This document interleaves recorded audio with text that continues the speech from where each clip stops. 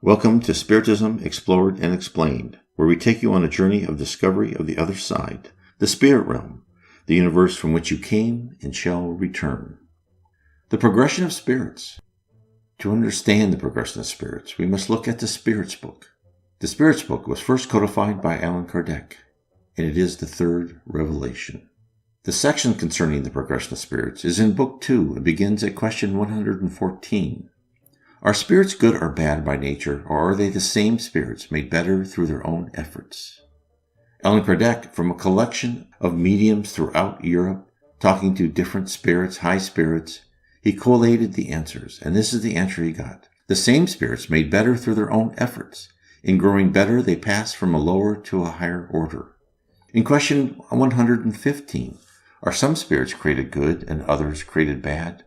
And the answer is, God has created all spirits in a state of simplicity and ignorance, that is to say, without knowledge. He has given to each of them a mission, with a view to enlighten them and to make them gradually arrive at perfection through the knowledge of the truth, and thus to bring them nearer and nearer to himself. This perfection for them, the condition of eternal and unalloyed happiness. Spirits acquire knowledge by passing through the trials imposed on them by God. Some of them accept these trials with submission and arrive more quickly at the aim of their destiny. Others undergo them with murmuring and thus remain, through their own fault, at a distance from the perfection and the felicity promised to them. Allan Kardec writes, according to this statement, it would appear that spirits at their own origin are like children, ignorant and without experience, but acquiring little by little the knowledge of which they lack by passing through the different phases of human life. And the spirits answered him, yes, the comparison is correct. The child, if rebellious, remains ignorant and faulty. He profits more or less according to his docility, but the life of a man has a term, whereas that of spirits stretches out into infinity. What are we being told? We are being told that reincarnation is essential for us growing from a lower spirit to a high spirit. And when they say the different phases of human life, it's not just one life, it's other lives, multiple lives. This is what Spiritism brings us, the knowledge that reincarnation and karma, righting our past wrongs, are all important to us in order for us to become better people. Question 116. Do any spirits remain forever in the lower ranks? The answer is no, all become perfect. They change in course of time, however long may be the process of amendment. For, as we have already said, a just and merciful parent cannot condemn his children to eternal banishment. Can you suppose that God, so great, so good, so just, is less kind than you are? Let's go on to question 117.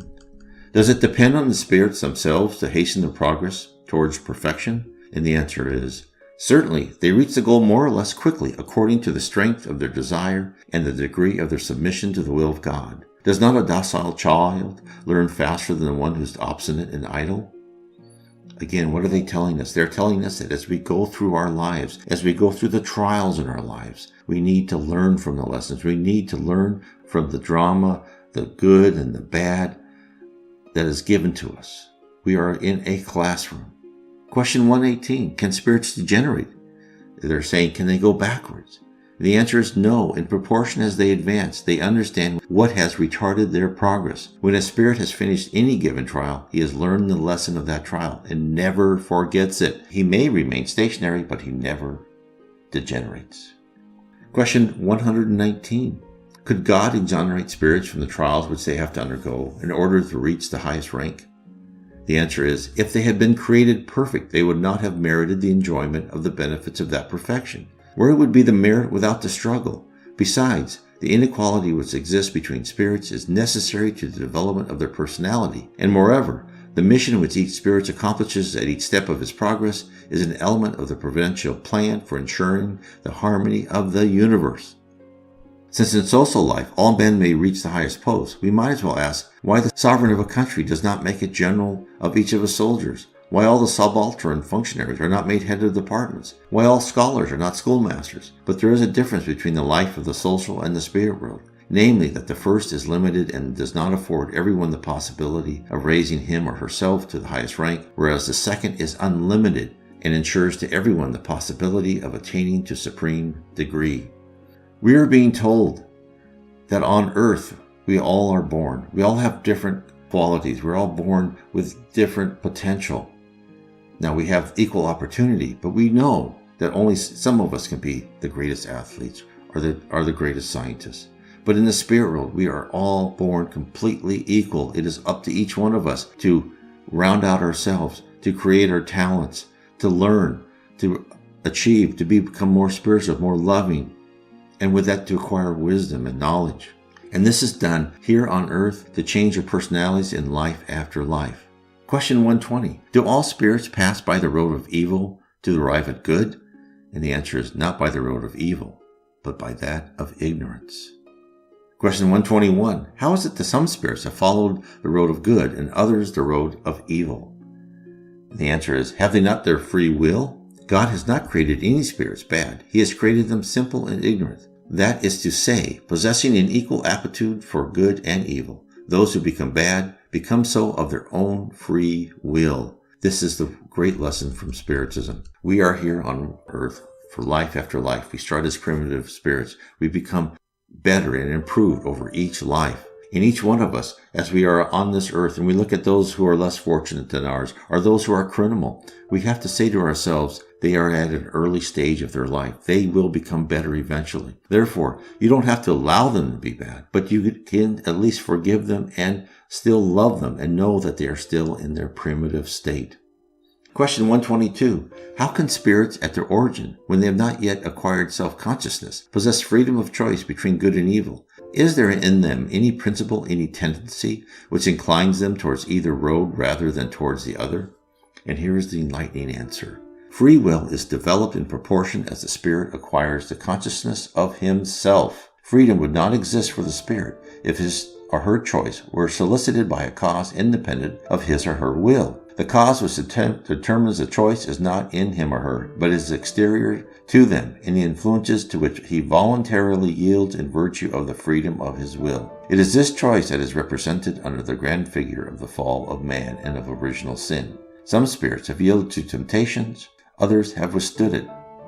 Then the next question, whence come the influences that act upon him?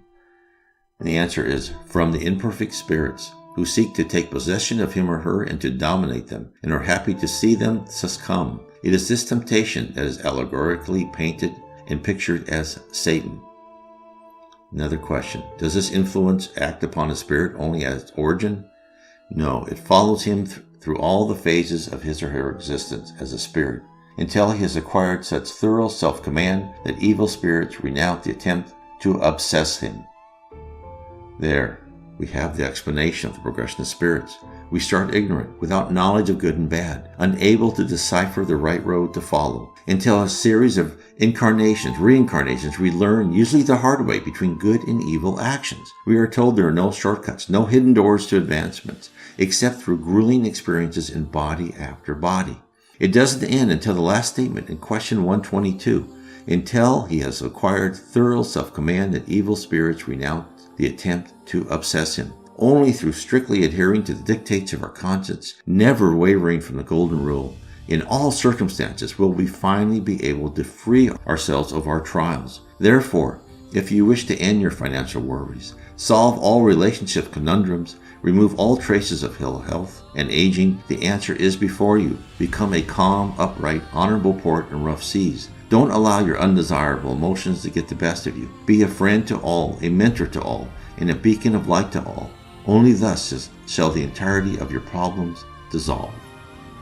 If you want to know more about the spirit world and your destiny as a spirit, read my book, Explore Your Destiny, since your life path is mostly predetermined.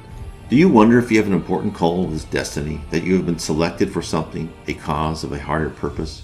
Well, you have been chosen, and the why, when, where, and how is the subject of this book. My book, Explore Your Destiny, is divided into 4 sections. Each section supplies one more piece of the puzzle for you to place, so you can look at your life's arc with new insights.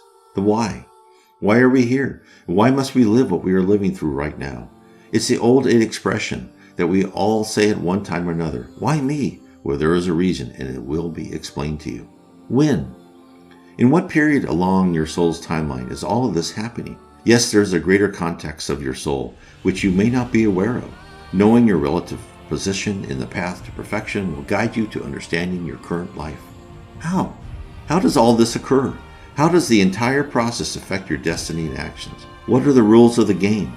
Knowing the structure and comprehending the basic laws that direct your life provides you with a point of view that will put everything into perspective. And then, lastly, where? Where is this world that plans our destiny? Are there good places to be and are there bad? Where does the earth fit into the logical structure? You will see where the regions that you are striving to attain are and where you may be living in your not too distant future. God bless.